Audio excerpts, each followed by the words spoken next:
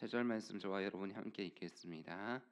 도희가 그의 아들 요람을 보내 다윗에게 문안하고 축복하게 하니 이는 하다데셀이 도하와 더불어 전쟁이 있던 터에 다윗이 하다데셀을 쳐서 무찌름이라.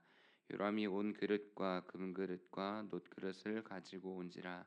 다윗 왕이 그것도 여호와께 드리되 그가 정복한 모든 나라에서 얻은 은금 곧 아람과 모압과 암몬 자손과 블레셋 사람과 아말렉에게서 얻은 것들과 소바 왕 르곱의 아들 하다데셀에게서 노력한 것과 같이 드리니라.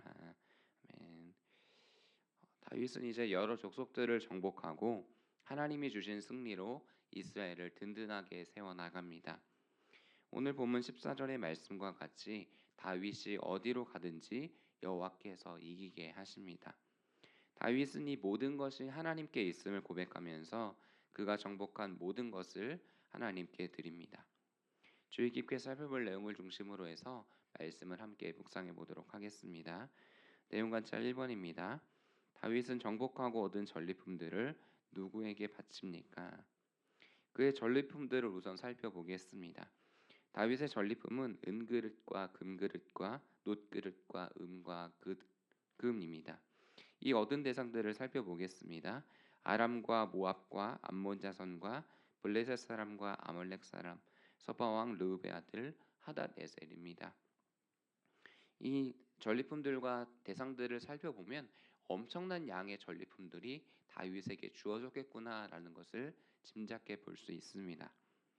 그것을 자신의 부를 넓히기 위해서 사용하지 않았습니다. 더 왕궁을 화려하게 꾸미지도 않았고 자신의 군사력을 강화하기 위한 무기를 만들지도 않았습니다. 단지 여호와께 바쳤다라고 오늘 성경은 기록합니다. 다윗은 여호와께서 어디로 가든지 이기게 하심을 깨닫습니다.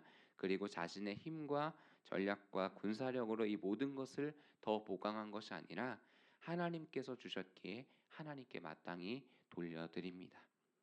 내용 관찰 2번입니다. 다윗은 온 이스라엘을 다스린 방식은 무엇입니까? 본문 15절을 보겠습니다. 다윗이 온 이스라엘을 다스려 다윗이 모든 백성에게 정의와 공의를 행할세. 다윗이 한 행동은 하나님께 모든 것들을 바쳤을 뿐만 아니라 그의 삶의 통치 방식에서 또한 하나님께서 하신 방식 그대로 나라를 다스리고 있음을 보게 됩니다. 정의는 공평하게 판단하고 억울한 자의 억울함을 풀어주며 질서를 바르게 세워나가는 행동입니다. 왕은 강한 자의 편을 들어주는 것이 아니라 약한 자를 보호하는 것임을 보여주었습니다. 공의는 하나님의 기준에 맞추어서 나라를 이끌어 나가는 것입니다. 하나님께서는 언약을 깨뜨리지 않으시는 것처럼 마찬가지로 다윗 왕은 끝까지 이스라엘을 지켜 보호하는 그 행동을 의미합니다. 하나님께서 끝까지 지키듯 그렇게 다윗 왕은 신실하게 이 이스라엘 나라를 이끌어 나가는 것을 보게 되는 것입니다. 이 정의라는 것이 구체적인 상황에서 실행되는 행동이라면 공의는 하나님의 기준에 맞는 상태입니다. 그는 마음 중심도 행동도 모든 것이 여호와의 기준에 맞게 행동하였음을 성경은 보여주고 있습니다. 영과 묵상으로 넘어가겠습니다. 다윗은 왜 전쟁에서 승리하고 얻은 모든 것을 주님께 온전히 드립니까? 왕이었던 그가 진정한 왕이신 하나님께 자신의 모든 영예를 올려드리는 것입니다. 우리는 영화제나 시상식에서 상을 받았던 사람들이 이 영광을 하나님께 돌려드립니다라는 것을 연말에 볼 때가 있습니다. 이것처럼 결국 우리가 고백해야 할 최고의 고백은 하나님께서 하셨습니다라는 것입니다. 교만한 자들은 하나님께서 하신 일에 대해 인정하지 않습니다. 자신이 그 영광에 취합니다. 자신이 한 일은 너무나도 놀랍대라고 그 모든 것들을 자신이 느낍니다. 그래서 성경은 첫 번째 하나님께서 세상을 창조하셨음을 강조하고 있는 것입니다. 다른 것이 아니라 우연이 아니라 하나님께서 창조하셨고 질서를 부여하셨다는 것이죠. 그렇게 모든 만물의 주인은 하나님이십니다.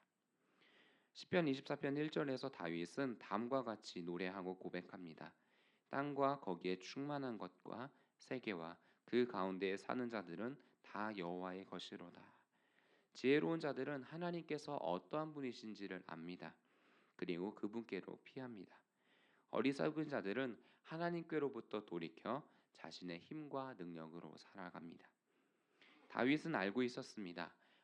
하나님께서는 나와 함께하고 계시구나. 그러니 이 모든 승리는 하나님께 돌아가야 마땅하다라는 것을 고백하고 있는 것입니다. 그는 전리품이 중요한 것이 아니었습니다. 함께하신 하나님을 경험했고 그 하나님 한 분이면 충분했습니다. 내가 받은 이 모든 것이 다 없을지라도, 비록 초라하게 내가 다시 목동으로 돌아갈지라도 나는 주님 한 분이면 족합니다 라고 고백하는 것이 바로 오늘의 삶의 자세로 나타나고 있는 것입니다. 느낀 점입니다. 전쟁의 승리를 주신 분이 하나님이심을 인정하며 온전히 돌려드리는 다윗의 겸손함을 보며 무엇을 느낍니까? 전쟁에서 이기게 되면 그만큼 두려움도 커지게 되어 있습니다. 어떻게 이 자리를 끝까지 지켜나갈지, 왕으로서 어떻게 백성들을 끝까지 보호할지, 이에 대한 책임감이 커지며 두려움이 커지게 되어 있습니다. 하지만 다윗은 도리어 이 두려움을 겸손으로 바꾸었습니다. 자신의 힘을 더 늘리려고 하는 것이 아니라 하나님께 돌려드렸습니다. 자신의 이름이 아닌 하나님의 이름을 내세우며 하나님의 이름을 따라 나아갔습니다. 다윗은 목동이었지만 하지만 그를 부르신 하나님을 따라 이 자리 가운데 올 수 있었습니다. 우리의 삶도 마찬가지입니다. 작은 성취에도 만족감을 느끼면서 그 만족감에 취해 있는 이들이 있습니다. 다른 사람들이 칭찬하는 소리, 그리고 내면에 들려오는 내면의 소리들, 너는 잘했어, 너는 최고야 라는 그 소리들이 어느덧 다른 사람들의 이야기를 듣지 못하게 만듭니다. 더 나아가서 하나님 말씀 앞에서도 더 이상 하나님 내가 이만큼 했으니 더 이상 관여하지 마십시오 라고 이야기하는 이들도 있습니다. 이것이 바로 바벨탑을 쌓았던 사람들의 모습이죠. 흩어짐을 면하자, 우리의 이름을 내자, 하늘 끝까지 닿게 하자, 하나님께 이르자 라고 고백했던 사람들의 모습입니다. 하나님의 영광이 아니라 자신들의 안전과 자신들의 만족을 붙드는 마음입니다. 오늘날 우리나라는 이전보다 더 나아졌고 다른 나라들이 주목할 만한 나라가 되었습니다. 하지만 그만큼 사람들 안에 상대적인 박탈감과 두려움들이 많아지기도 했습니다. 왜 그렇습니까? 우리의 눈에 보이는 것들을 더 지켜야 안전하다고 생각하는 착각에 빠졌기 때문입니다. 이것을 다윗은 알았던 겁니다. 하나님께서 주셨음을 인정하고 예배하고 전리품들을 따로 분배하지 않았습니다. 눈에 보이는 그 전리품들로 인해서 자신의 마음이 얼마나 흔들릴지 잘 알았기 때문입니다. 마음을 지킬 수 있는 방법은 하나님께 나의 모든 것을 내어드릴 때 가능합니다. 성도님들의 신앙이 나의 것을 움켜쥐기보다는 하나님께 기꺼이 내어드리는 복된 신앙이 되어지기를 주님의 이름으로 축복합니다. 사랑하는 여러분, 우리들의 만족감을 하나님께로부터 찾기를 간절히 소원합니다. 결단과 적용으로 나아가겠습니다. 내가 하나님의 도우심으로 좋은 결과를 얻어 감사와 영광을 돌린 적은 언제입니까? 나의 부족함을 알 때, 나의 힘으로 전혀 해결할 수 없었을 때 이것이 진짜 하나님께서 하실 수 있었다라고 고백해 본 적이 있지 않으십니까? 나의 한계를 알고 나의 부족함을 알기에 이건 하나님이 함께 하셨기 때문에 이룰 수 있어라고 고백한 적이 있으실 것입니다. 오늘 우리에게 던지는 이 질문, 내가 하나님의 도우심으로 좋은 결과를 얻어 감사와 영광을 돌린 적은 언제입니까? 라는 것은 우리를 다시 한번 하나님의 은혜의 자리로 이끌어 갑니다.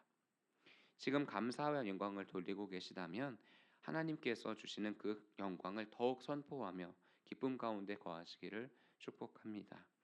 혹시 감사와 영광을 돌리지 못하고 계시다면 다시금 하나님이 계셨기 때문에 가능하며 나의 힘으로 할 수 없었음을 고백합니다 라고 나아가는 복된 신앙이 되시길 주님의 이름으로 축복합니다. 그렇다면 하나님을 향한 이 첫 마음을 잃지 않고 끝까지 순종하기 위해 오늘 무엇을 실천해 보면 되겠습니까? 오늘 하루를 살아가며 감사의 제목을 5가지 정도 찾아보면 어떨까요? 하나님께서 나의 삶에 오늘 하루 행하셨던 일들, 내일 내 힘과 능력은 계속해서 쇠약하여 가지만 그럼에도 끝까지 붙들어 주었던 그 하나님, 그 감사의 제목을 적어보며 하나님께 나의 마음을 돌려드리는 것입니다. 우리의 마음을 하나님께 돌려드릴 때 저절로 우리의 몸도 우리의 모든 것도 헌신으로 나아가게 될 것입니다. 함께 기도로 나아가겠습니다. 첫 번째 기도 제목입니다. 오늘 하루 동안 하나님을 향한 찬양이 가득하게 하옵소서. 주님께서 주신 승리를 내 공로로 여기지 않고 감사와 영광을 주님께 온전히 돌리게 하옵소서. 교회가 기도할 공동기도 제목입니다.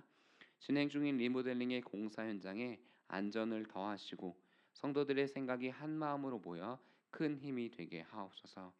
성도들이 벅찬 마음으로 새로운 공간에서 누릴 큰 영광을 바라보게 하시고 공사의 과정이 곧 영적 재건의 시간이 되게 하옵소서. 이 네 가지의 기도 제목으로 기도하신 후에 개인의 기도로 나아가겠습니다. 주여 한번 부르짖고 기도하겠습니다. 주여, 하나님 이 시간 가운데 기도하며 나아갑니다.